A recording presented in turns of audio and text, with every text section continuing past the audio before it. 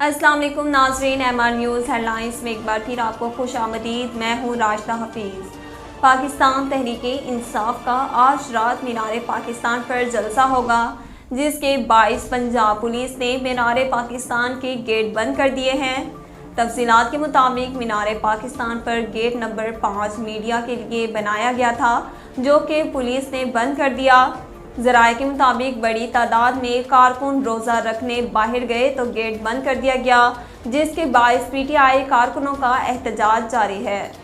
شاعر مشرق حکیم علامہ محمد اقبال کی 84ویں برسی آج انتہائی عقیدت و احترام سے منائی جا رہی ہے۔ مفکر پاکستان علامہ محمد اقبال 9 نومبر 1877 کو سیالکوٹ میں پیدا ہوئے۔ انہوں نے ابتدائی تعلیم سیالکوٹ میں ہی حاصل کی۔ مشن ہائی اسکول سے میٹرک اور میرے کالج سیالکوٹ سے ایف اے کا امتحان پاس کیا۔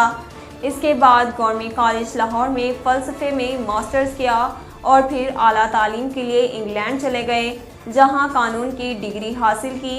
بعد ازاں آپ جرمنی چلے گئے، جہاں میونخ یونیورسٹی سے فلسفے میں پی ایچ ڈی کی ڈگری حاصل کی۔ گوجرانوالہ میں مسافر وین اور ٹرک کے درمیان ہونے والے خطرناک تصادم سے 2 افراد جاں بحق جبکہ 7 زخمی ہو گئے۔ تفصیلات کے مطابق یہ افسوسناک واقعہ گوجرانوالہ شہر کے سیالکوٹ روڈ کے قریب پیش آیا، جہاں مسافر وین اور ٹرک کے درمیان ہونے والے تصادم سے 2 افراد جاں بحق جبکہ 7 زخمی ہو گئے۔ ریسکیو حکام کا کہنا ہے کہ لاشوں اور زخمیوں کو ہسپتال منتقل کر دیا گیا۔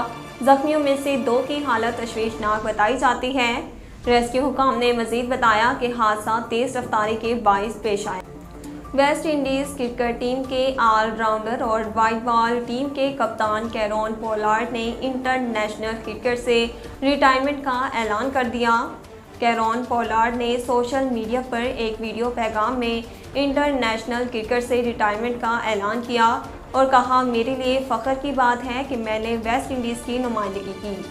ناظرین، اب تک کے لیے اتنا ہی۔ مزید خبروں اور اپڈیٹ کے لیے ہمارے چینل کو سبسکرائب کیجیے اور ہمارے فیس بک پیج کو فالو کیجیے۔